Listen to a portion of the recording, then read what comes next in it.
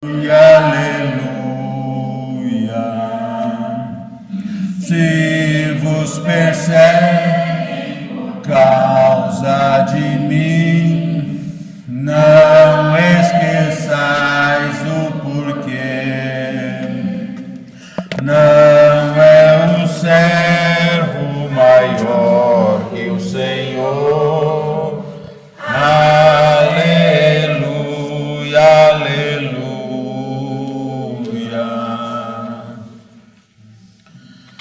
Evangelho de Jesus Cristo segundo Mateus. Glória a vós, Senhor.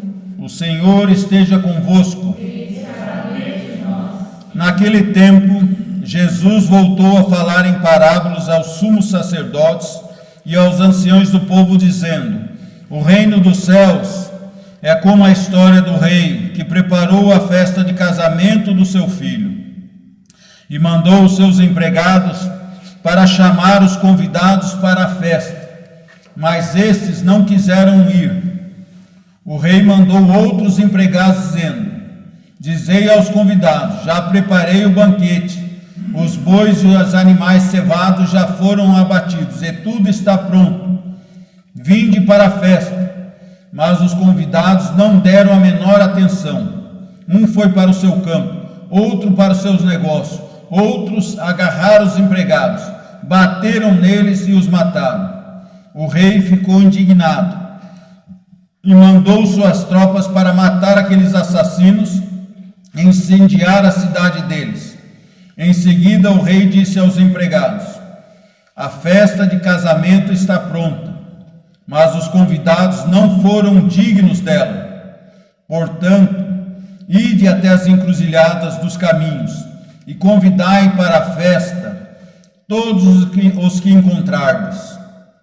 Então, os empregados saíram pelos caminhos e reuniram todos os que encontraram, maus e bons, e a sala da festa ficou cheia de convidados. Quando o rei entrou para ver os convidados, observou aí um homem que não estava usando o traje de festa e perguntou-lhe: amigo, como entraste aqui sem o traje de festa? Mas o homem nada respondeu.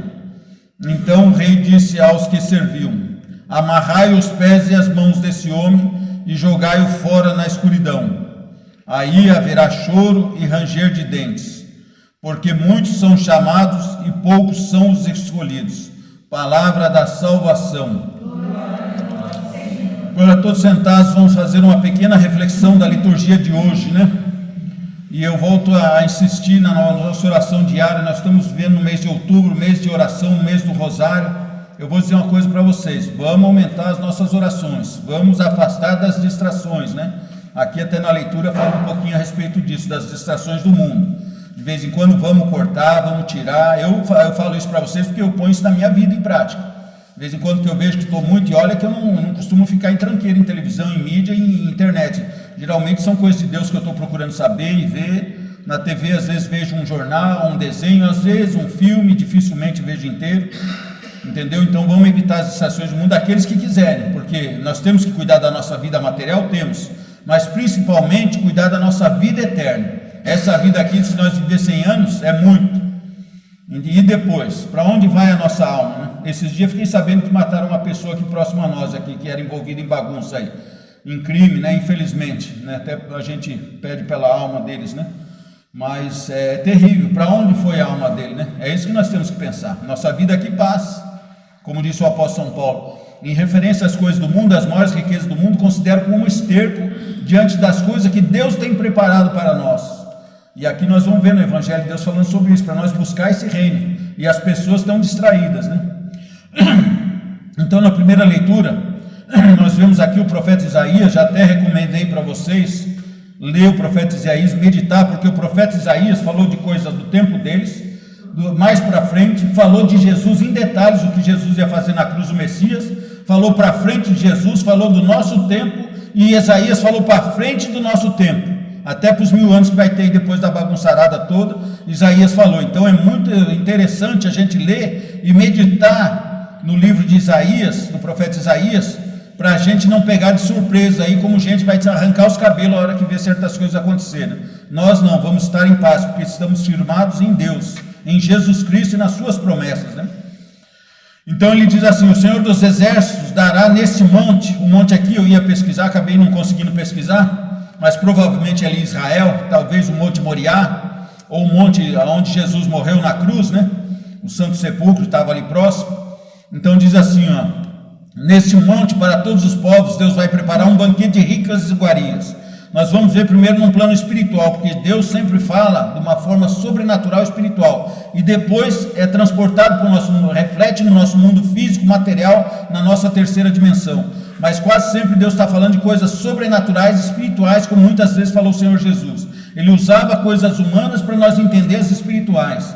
Então aqui esse monte, esse banquete de iguarias, é quando Jesus morreu na cruz, e nos deu uma vida eterna. Nós vamos ver aqui embaixo, quando ele fala assim, ó: ele removerá neste monte a ponta da cadeia que ligava a todos os povos. A ponte da cadeia. A cadeia do quê? Do pecado. O ser humano estava ligado no pecado, não tinha como ir para o céu. O céu estava fechado para a humanidade. E Adão e Eva rompeu a ligação espiritual do homem com Deus. Então estava perdido para sempre. Os demônios, os anjos caídos, rebelados, comemoravam. As trevas comemoravam, porque não tinha jeito mais de libertar o ser humano daquele laço que pegou na genética, na carne, o pecado, a rebelião contra Deus. Mas daí Isaías está dizendo: ele removerá essa cadeia que ligava todos os povos. Olha o que ele fala aqui: a teia. Quando a gente fala em teia, o que a gente entende? A aranha faz a teia, enrola o inseto ali, ele não tem como fugir daquilo ali. E nós realmente estávamos na teia de Satanás, na teia dos monstros, das trevas. O ser humano envolvido no seu pecado, não tinha como se salvar mais. Ó, a teia que tinha envolvido todas as nações. Olha que bonito. E aqui também fala do que aconteceu, e já uma prefiguração do que Deus está fazendo e vai fazer aqui mais para frente. Nós estamos vendo isso acontecer no mundo, as mudanças, as coisas acontecendo. Aí o povo fica apavorado. Os apóstolos, quando Jesus falou algumas coisas, também ficaram apavorados. E o que o Senhor Jesus falou? Mas vocês que acreditam em mim, quando vocês verem acontecer essas coisas, alegrai-vos, porque a vossa redenção, quer dizer, a intervenção divina, a vossa redenção está próxima. Quer dizer, Deus intervir no mundo, purificar, transformar, mostrar que existe um Deus verdadeiro e único, né? E fala assim, ó: o Senhor Deus eliminará para sempre a morte, ó. Deus já eliminou a morte física? Ainda não. A morte espiritual já. E se a pessoa crê em Jesus de todo o coração, fica debaixo do sangue de Jesus, remido e lavado no sangue do Cordeiro, através da fé na sua palavra, no que ele falou, e pôr em prática, a pessoa já está livre da morte espiritual, que é esse choro e ranger de dentes que nós vamos ver aqui Jesus citando no Evangelho, né, do inferno, das trevas exteriores, porque a pessoa não aceita Deus. Deus fala: então tá bom, então vai para o reino das trevas, onde eu não estou, se você não me aceita, né? Então é dessa morte, ele já nos livrou em Jesus na cruz. Mas aqui a morte física já passou no nosso mundo? Não. Então quer dizer, ainda tem coisa para acontecer nessa profecia, né? Ele fala assim, ó: o Senhor Deus eliminará para sempre a morte. E o que mais? Enxugará todas as lágrimas de todas as faces. Já enxugou a lágrima tua, toda a tua lágrima? Não, né? Enxugou toda a sua lágrima? Enxugou, dona Teresa, todas as lágrimas da senhora? Não. Vira e mexe, só está chorando, né? As dores, os fantasmas, as assombrações, as tristezas, né? Os problemas, né? As tristezas pelos outros que estão na avacalhação, se perdendo, se danando, se lascando, pelo nosso sofrimento. Então ainda temos lágrimas. Então essa profecia não se cumpriu plenamente ainda, e vai acontecer logo, está próximo de acontecer isso, né? Enxugará as lágrimas de todas as faces. Aí vocês falam: não, mas isso é muito fantástico, é fantasia. Pega Isaías lá e vai ver se muitas coisas que ele falou ali já não aconteceu. Pega, ele foi escrito 700 anos antes de Jesus. Pega Isaías lá, se eu não me engano, Isaías 53, do 3 em diante, começa a ler para vocês verem lá, se ele não fala em detalhes o que aconteceu com Jesus. Ele foi humilhado, foi ultrajado, já não tinha mais aparência humana, de tanto que foi espancado, carregou sobre si nossas dores, morreu entre ladrões, 700 anos antes de Jesus vir ao mundo. E se cumpriu aquilo, é o Espírito Santo que mostra ao profeta. Então isso aqui vai cumprir, gente, não é história de carochinha não. Se fosse história de carochinha, eu não estava aqui perdendo meu tempo. Eu falei para Deus: eu não fico cozinhando galo, enchendo linguiça, e não fico inventando moda, história de carochinha, fantasia, né? Falei para ele. Então eu estou aqui porque eu acredito nisso e porque é real, e já havia acontecido algumas coisas. E se aconteceu em detalhes ali o que o profeta falou, é só nós pegar a Bíblia e nós vamos ver. Essa desgraceira que está acontecendo em Israel, está na Bíblia, está falando sobre isso. E já está falando o desfecho que vai ter lá em Israel. As nações vão se unir para tentar destruir Israel e vão se dar mal, porque o próprio Deus vai intervir novamente para defender Israel. São profecias se cumprindo. Jesus falou: aqueles que têm olhos que vejam, aqueles que têm ouvido que ouçam o que o Espírito diz. Quem não quiser ouvir, então vai para as trevas. Quer ficar nas trevas? Quer ficar cego? Quer ficar surdo? Então vai para o inferno, vai para as trevas, fica lá onde você quer. Não quer ouvir nada? Então vai não ouvir nada, né?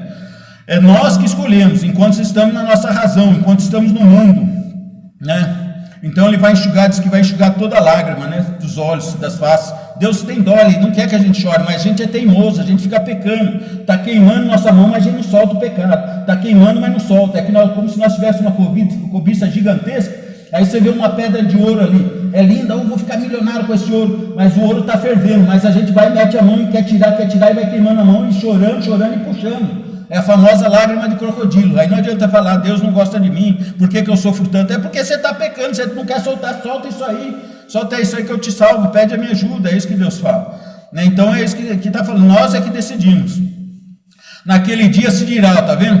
Esse é o nosso Deus, esperamos nele, está vendo? Aqueles que acreditam, que gostam dele, que estão do lado dele, né?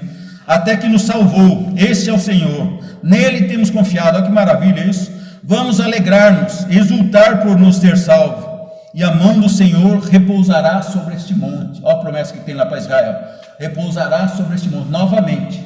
Já fez quando Jesus morreu na cruz, e agora definitivamente vai fazer. Aí você fala: não vai, eles vão detonar o Irã, Iraque, Israel vai se lascar. Não vai, é promessa de Deus. Eles vão penar um pouco, porque eles têm pecado também. A Bíblia fala: vai ter um terremoto ali, vai morrer gente, vai ter desgraceira, mas Deus vai preservar eles. Eles têm tanto ódio, eles querem extirpar o povo judeu, mas eles pensam que é só por ser árabe. Não é por ser árabe, eles são influenciados pelo demônio, porque os demônios, o Satanás, ele foi vencido na cruz.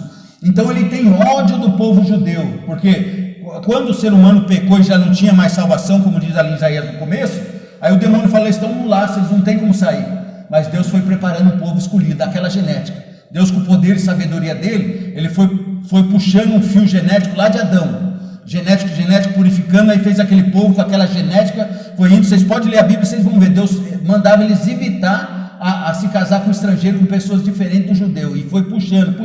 Então o diabo tem um ódio do judeu, eles querem extirpar os judeus, né? Quer extirpar o povo judeu. Pode ver, eles têm maior ódio. Esse Hamas, ele não quer que tenha benefício, que crie o Estado dele. Mesmo que criar o Estado deles, eles vão continuar atacando e vão querer, eles querem eliminar. E o Irã já falou, eles querem eliminar Israel, querem acabar com o povo judeu de uma vez por todas, né? Você viu no nazismo, o que fizeram com os judeus?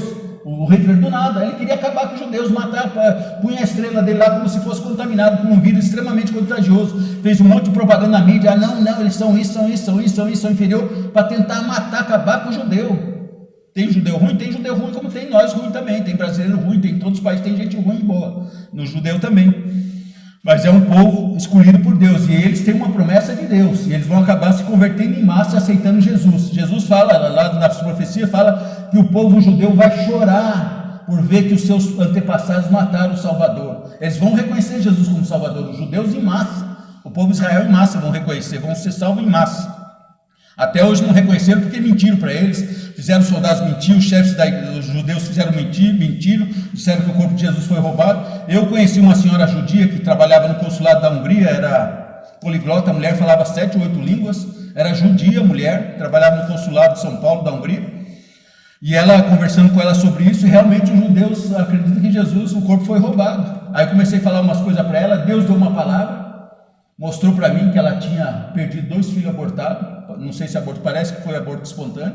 Aí eu falei: Jesus falou que ele é um Deus, que Deus é um Deus dos vivos, não dos mortos, seus filhos estão vivos diante de Deus. A mulher começou a chorar, secretária no consulado da Hungria, estava eu fazendo serviço lá de instalação de controle de acesso. Você vê que coisa louca, eu falo: meu Deus, cada coisa que acontece na minha vida, né? Então os judeus são isso, é pessoa boa, senti que Deus tinha um profundo amor por aquela mulher judia, entendeu, gente? Então nós não devemos perseguir esse preconceito. Eu vi esse dia em Nova York, lá eles fazendo protesto contra o judeu, querendo matar os judeus. Um pessoal lá falando: não, judeu que não sei o que, tem que matar, tem que morrer, tem que acabar com eles. Para que ódio é esse? De onde vem esse ódio? O que você tem, pessoal, contra o judeu? Aquilo é influenciado pelo pai deles. Quem é o pai deles? O Satanás, naquele momento. Está influenciando aquele ódio que ele tem a Jesus e aos povos judeus. Ele odeia a todos, mas já principalmente o povo judeu. Então vamos ficar atentos a isso. Depois o apóstolo São Paulo diz assim: irmão, sei viver na miséria e sei viver na abundância. Está vendo? A gente fica assim, dificuldade financeira, começa, não quero saber de Deus, eu estou na desgraça, eu estou ruim. Que se lasque, para de ser idiota. Você não veio ao mundo, você não recebeu um corpo, você não recebeu uma alma, você não recebeu olhos, não tem uma alma eterna. Agradece a Deus, não interessa se está na sarjeta, não interessa se tem que comer capim. Aí Deus vai fazer cair comida do céu da sua mão, vai mandar os outros te ajudar, vai abrir porta, vai fazer tudo se você for agradecido. O apóstolo São Paulo era assim. Ele passava necessidade, passava fome, apanhou, chicotearam, tentaram matar ele umas 3, 4 vezes, ele não estava nem aí. Amava Jesus. Nós não podemos pôr nossa fé em circunstâncias, em condições materiais. Nossa fé tem que ser de vontade, tem que ser uma firme vontade. Jesus falou que estaria aqui, ele está aqui. É acreditar nisso. É isso que nós temos que ter. Não interessa se está na miséria, se está morrendo, se está doente, que se lasque.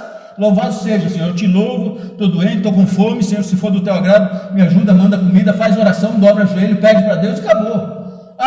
Se ele não mandar, que se lasque, ele não é meu empregado para mandar ou não mandar. Eu como capim, como nada, se morrer, amém. Nu vim ao mundo, não voltarei. Deus que me deu a vida, ele vai cuidar de mim. E acabou, e se eu morrer, morreu, e grande coisa. Ele vai me dar a vida eterna, essa vida aqui é corrompida, meu corpo envelhece, estou me danando. Ele vai me dar um corpo glorioso, corpo novo, é acreditar, é ter fé, é confiar, né? Então o apóstolo São Paulo diz isso, mas daí ele vai dizendo aqui, né? Pelo que eu entendi aqui, os fiéis da igreja mandaram dinheiro para ele, entendeu? Às vezes a gente quer que os padres, que os religiosos, que a pessoa que está à frente se lasque, não vai dar, vai ver o quê? De brisa? É lógico que Deus pode fazer cair um anão do céu, mas você vai tentar Deus, vai por egoísmo? Então se a gente pode ajudar os que estão à frente, estão trabalhando na evangelização, vamos ajudar, vamos colaborar. Então o povo deu para ele, mandou para ele, por isso que ele está agradecendo aqui. No entanto, vocês fizeram bem em compartilhar as minhas dificuldades, quer dizer, mandaram bens para eles, bens materiais, mandaram dinheiro, mandaram alimento, mandaram roupa, né?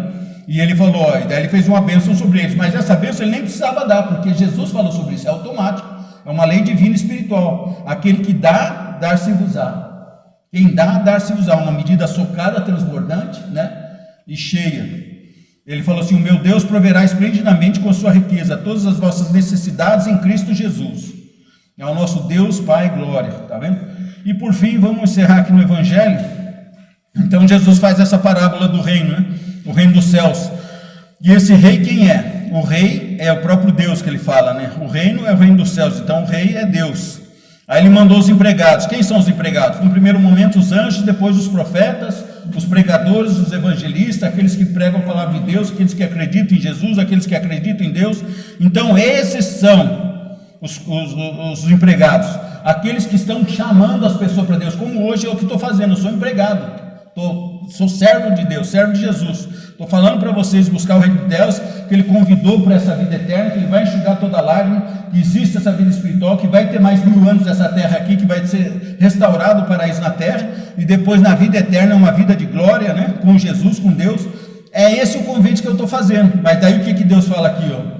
Né, ele manda os empregados, aí mandou os empregados, e mandou os seus empregados para chamar os convidados para a festa, que é quando Deus deu a finalização desse projeto na terra, quando completar os números dos seres humanos que Deus quer, né, que aceitam Ele, porque Ele dá liberdade para as pessoas aceitar, por isso que ainda esse mundo está aqui, porque Ele tem um número para completar de pessoas, e tem que esperar as pessoas se decidirem.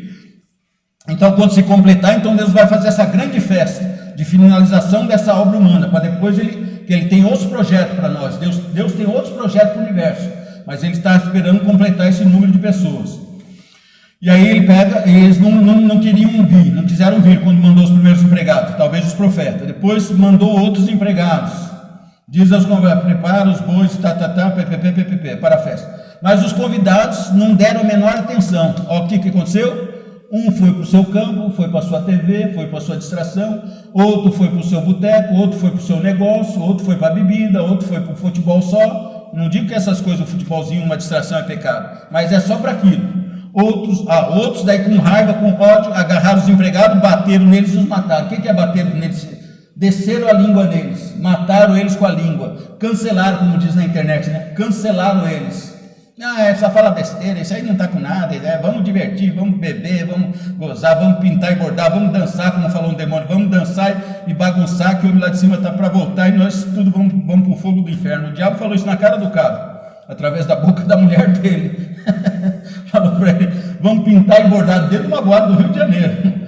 Falou para ele, vamos pintar e bordar e dançar, porque o homem lá de cima está para voltar e nós vamos para o fogo do inferno nós tudo. Mas eu proíbo você de falar isso para ela. Ele proibiu, falou que se ele falasse, ele matava ele, se falasse para ela que ele era um demônio, um anjo caído. Porque ele perguntou, você sabe quem eu sou, não sabe? Aí o cara falou, eu sei, você é um demônio, você é um anjo caído, rebelado. Você viu que coisa louca, na boca da mulher dele, estavam os dois bebendo na boate. Então é isso que nós temos que ficar atentos, né? Aí fica todo mundo distraído. Mas os convidados não deram nenhuma atenção, né? Mataram. O rei ficou indignado e fez o quê? Mandou suas tropas. Que tropas?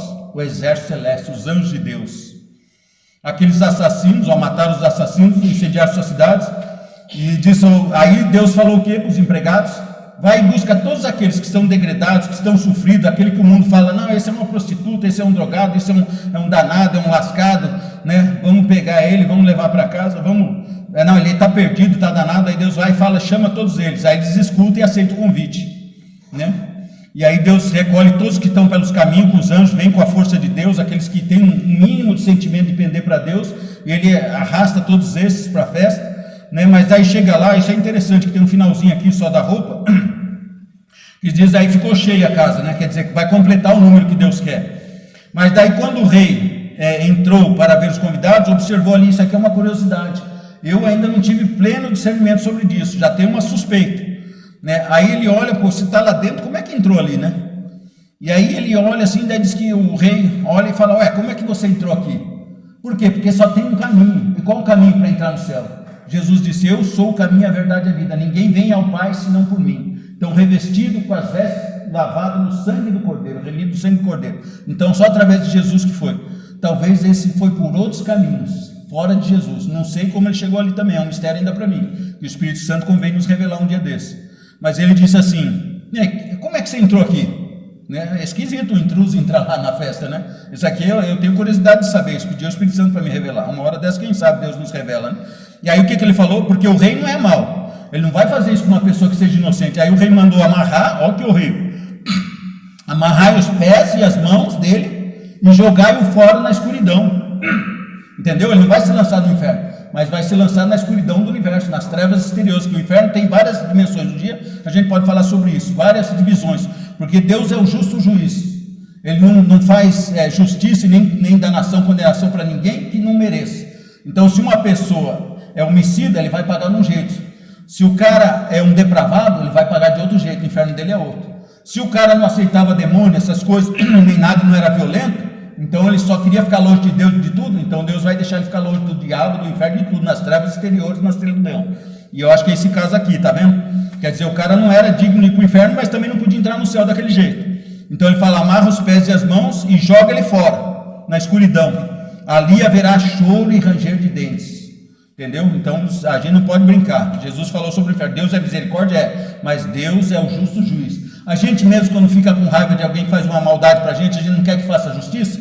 Então, por que a gente fica com essa história? Mas Deus é misericordioso. Não, se nem a gente não quer perdoar, né? Deus é o justo juiz. Se a pessoa não se arrepender, ela vai pagar até o último centavo, né? Amém? Louvado seja nosso Senhor Jesus Cristo.